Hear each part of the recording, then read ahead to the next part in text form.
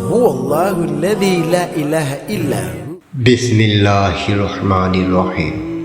প্রিয় ভিউয়ার্স, আসসালামু আলাইকুম ওয়া রাহমাতুল্লাহ। স্বাগতম হক পথের যাত্রায়। আজ আমরা জানব এক হৃদয় বিদারক সত্য, ভাইয়ের হাতে ভাইয়ের মৃত্যু, ইতিহাসের প্রথম হত্যাকাণ্ড। হযরত আদম আলাইহিস সালাতু ওয়াস সালামের দুই ছেলে হাবিল ও কাবিল, তাদের মধ্যকার দ্বন্দ্ব গড়ে তোলে ইতিহাসের প্রথম সংঘর্ষ। আল্লাহ বলেন, তুমি তাদের কাছে আদমের দুই পুত্রের ঘটনা পাঠ করো যথাযথভাবে।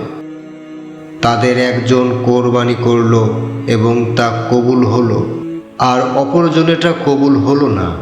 সে বলল, আমি অবশ্যই তোমাকে হত্যা করব। হাবিল উত্তর দিল, আল্লাহ শুধু মুত্তাকিদের কোরবানি কবুল করেন।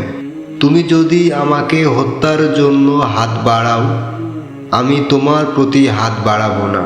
আমি আল্লাহ জগৎসমূহের প্রতিপালককে ভয় করি।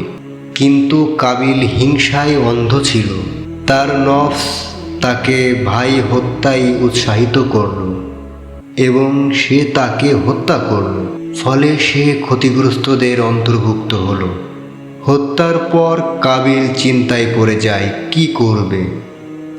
অতঃপর আল্লাহ একটি কাক পাঠালেন, যা জমি খনন করছিল।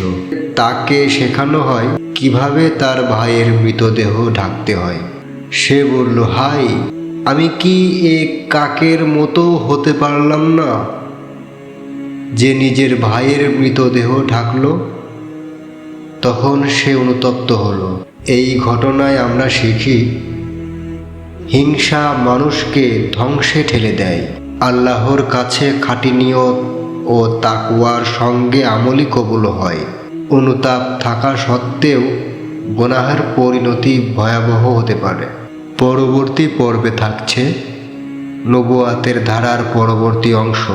হযরত নূহ আলাইহিস সালামের প্লাবনের পূর্ব শর্ত ও নসিহত। ভিডিওটি ভালো লাগলে ভিডিওতে একটি লাইক দিয়ে চ্যানেলটি সাবস্ক্রাইব করে রাখুন এবং পাশে থাকার বেল আইকনটি বাজিয়ে দিন, যেন পরবর্তী ভিডিও পৌঁছে যায় সবার আগে আপনার কাছে। আল্লাহ হাফেজ।